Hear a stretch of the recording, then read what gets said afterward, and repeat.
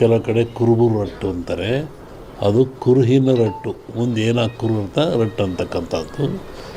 ಹಾಲು ಕೆಟ್ಟರು ಹಾಲು ಮತ್ತು ಸಮಾಜ ಕೆಡಲ್ಲ ಅಂತಾರೆ. ಹಕ್ಕ ಬುಕ್ಕರು ವಿಜಯ ಸಾಮ್ರಾಜ್ಯವನ್ನು ಕಟ್ಟಿದರು.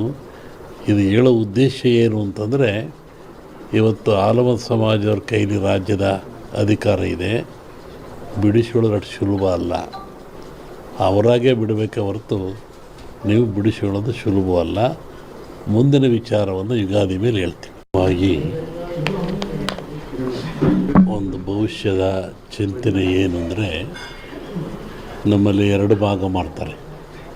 ಒಂದು ಸಂಕ್ರಾಂತಿಯ ಭವಿಷ್ಯ, ಇನ್ನೊಂದು ಯುಗಾದಿಯ ಭವಿಷ್ಯ. ಸಂಕ್ರಾಂತಿಯ ಭವಿಷ್ಯ ರಾಜರಿಗೆ, ಮಹಾರಾಜರುಗಳಿಗೆ, ದೊಡ್ಡ ದೊಡ್ಡ ವ್ಯಾಪಾರಸ್ಥರಿಗೆ ಮತ್ತು ಅನೇಕ ಘಟನೆಗಳು ಬರುವಂಥದ್ದು ಸಂಕ್ರಾಂತಿ ಪುರುಷನ ಮೇಲೆ ಹೇಳುವಂಥದ್ದು. ಇದು ಯುಗಾದಿ ಮೇಲೆ ಬರುವದ್ದು ಯಾವುದು ಅಂದರೆ ಚಂದ್ರಮಾನ ಯುಗಾದಿ. ಚಂದ್ರನನ್ನು ಆಧಾರವಾಗಿರಿಸಿಕೊಂಡು ಮಳೆ, ಬೆಳೆ, ನಾಡಿನ ಸುಭಿಕ್ಷತೆ, ಆಗುಹೋಗುಗಳು, ರಾಜರು, ಆಳ್ವಿಕೆಗಳು, ಅವಘಡಗಳು, ದುಃಖ ದುಮ್ಮಾನಗಳು, ಸಂತೋಷಗಳು, ಇದ್ರ ಮೇಲೆ ಹೇಳುವಂಥದ್ದು ಯುಗಾದಿಯ ಸಂವತ್ಸರ ಫಲ ಅಂತ. ಇನ್ನೂ ಒಂದು ತಿಂಗಳು ಲೇಟ್ ಇದೆ ಯುಗಾದಿ. ಅದರಿಂದ ಆ ಫಲ ಹೇಳೋದು ಸ್ವಲ್ಪ ಕಷ್ಟ.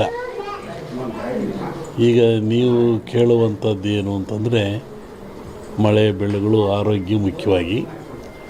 ನಮ್ಮ ದೃಷ್ಟಿಯಲ್ಲಿ ಕರ್ನಾಟಕಕ್ಕೆ ಬರುವ ಸಂವತ್ಸರದಲ್ಲಿ ಯಾವುದೇ ವಿಧವಾದ ತೊಂದರೆ ತಾಪತ್ರಯಗಳಿಲ್ಲ. ಮಳೆ ಬೆಳೆಗಳು ಚೆನ್ನಾಗಿ ನಡೀತವೆ, ಸುಭಿಕ್ಷತೆ ಇರ್ತದೆ ಮತ್ತು ನಾಡಿನಲ್ಲಿ ಯಾವುದೇ ಕೊರತೆ ಕಾಣ್ತಾ ಇಲ್ಲ.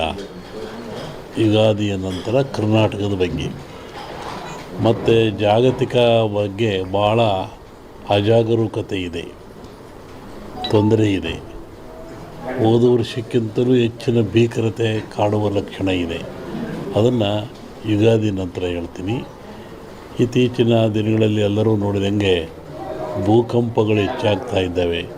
ಇದನ್ನು ಒದರಿಸುವೆ ಹೇಳಿದ್ವಿ ನಾವು. ಇದನ್ನು ಭೂಕಂಪಗಳು, ಭೂಮಿ ಅಗಲತಕ್ಕಂಥದ್ದು, ಜನರಿಗೆ ಸಾವು ನೋವು ಆಗ್ತಕ್ಕಂಥದ್ದು, ಕಟ್ಟಡಗಳು ಬೀಳ್ತಕ್ಕಂಥದ್ದು ಇದು ಮುಂದುವರಿದ ಜೊತೆಗೆ ಭೂ ಸುನಾಮಿ, ಜಲ ಸುನಾಮಿ, ಬಾಹ್ಯ ಸುನಾಮಿ ಅಂತ.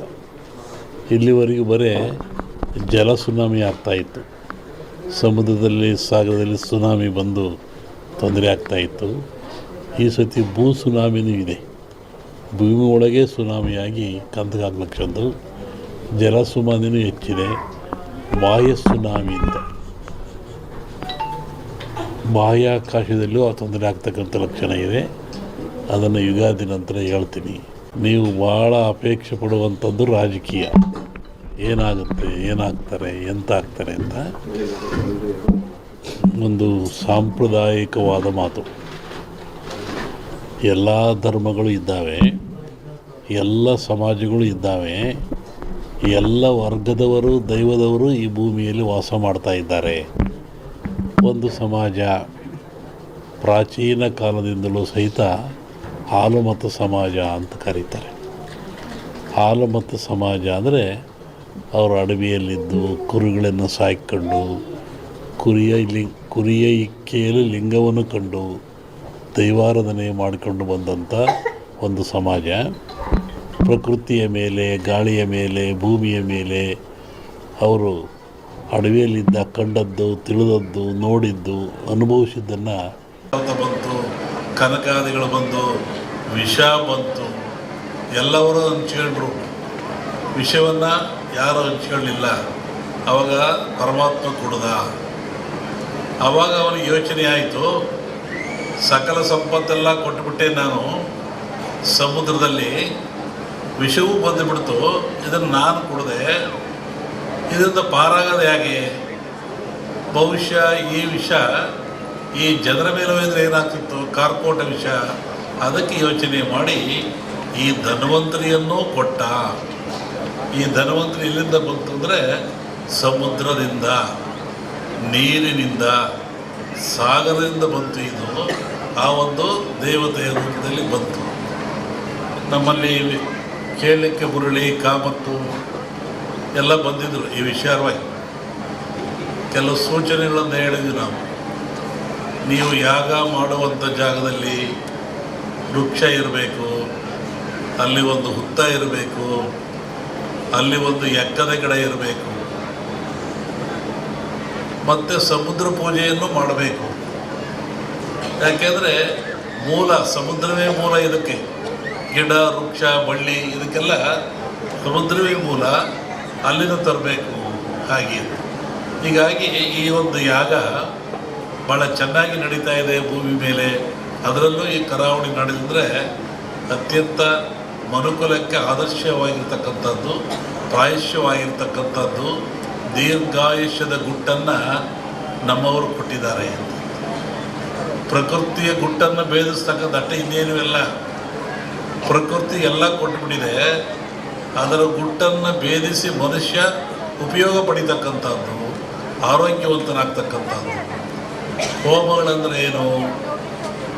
ಹೋಮವನ್ನು ಯಾತಕ್ಕೋಸ್ಕರ ಮಾಡ್ತಾರೆ? ಅದರ ಉದ್ದೇಶ ಏನು?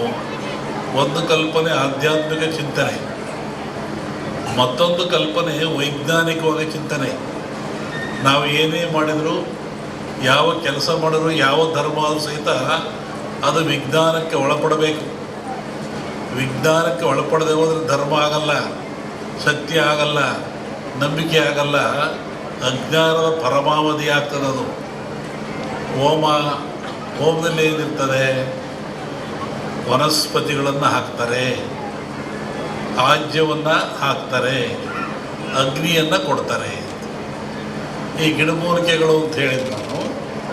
ಈ ವನಸ್ಪತಿಗಳಿಂದ ಅಗ್ನಿಗೆ ಹಾಕಿ ಹೋಮ ಆಜ್ಯ ಸುರಿಯೋದ್ರಿಂದ ನಮ್ಮ ನಂಬಿಕೆ ಅಗ್ನಿ ದೇವತೆಗಳ ಮುಖ, ಅಲ್ಲಿ ಔಷಭಾಗ್ಯವನ್ನು ಕೊಡೋದ್ರಿಂದ ದೇವತೆಗಳಿಗೆ ತಲುಪ್ತದೆ.